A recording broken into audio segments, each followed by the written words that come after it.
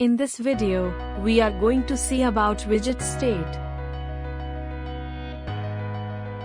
With emerging technology and greater customer demands than ever before, modern UIs are rarely static today.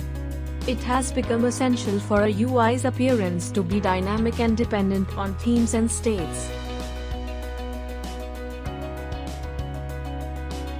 The widget states provide users with useful indications on how to interact with a product and what their interactions accomplish. A widget state can change its appearance in response to events triggered by user interactions or when it receives data.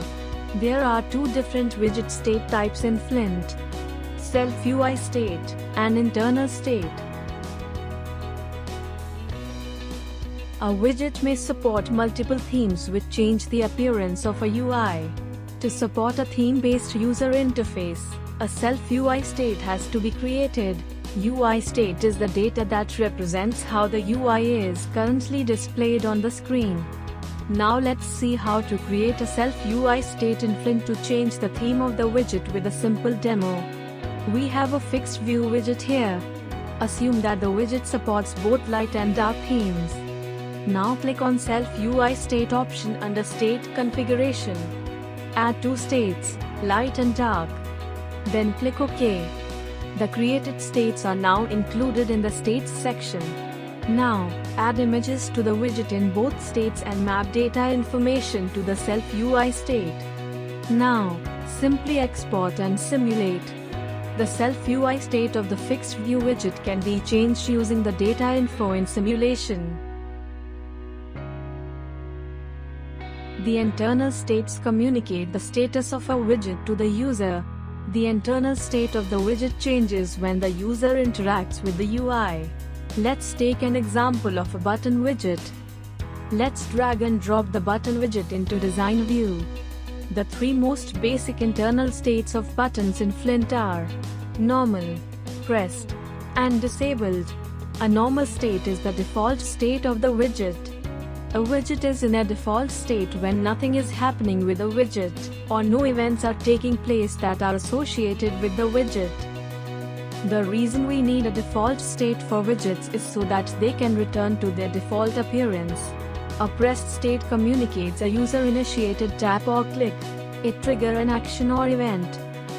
A disabled state communicates when a widget isn't interactive and should be ignored in a UI. Widget with a disabled state doesn't change its state when clicked. Here we have added two different images in normal and pressed state to distinguish them from one another.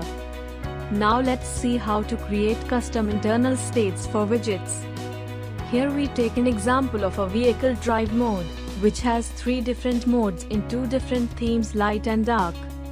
First of all, drag and drop the image holder widget, add self-UI states, light and dark themes. Now create internal states by clicking on the internal state option under State Configuration. Here we are going to add three drive modes: Eco, Sport, and Ride.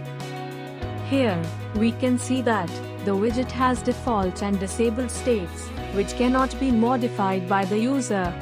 To add internal states, simply select IDs and enter the label and click OK. We can see that the three internal states have been added under the States section.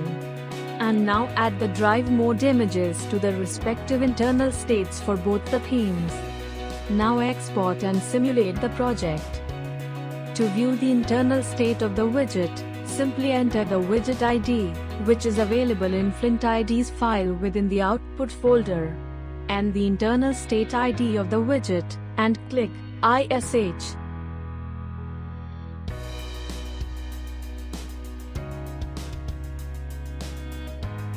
In addition, we can set the internal state in the state machine under Actions for events by providing any events, such as key input, button events and so on. Here we have chosen the key input event and added three keys.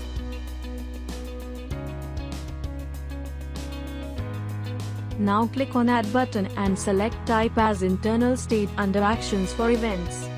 Then select the widget and enter the state ID.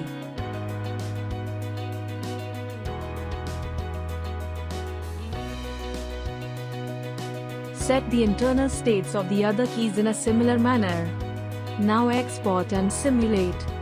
The internal state of the widget can be changed by entering the key. We will go into a lot more detail on state machines, data handling and other advanced Flint features in our next videos. Thank you.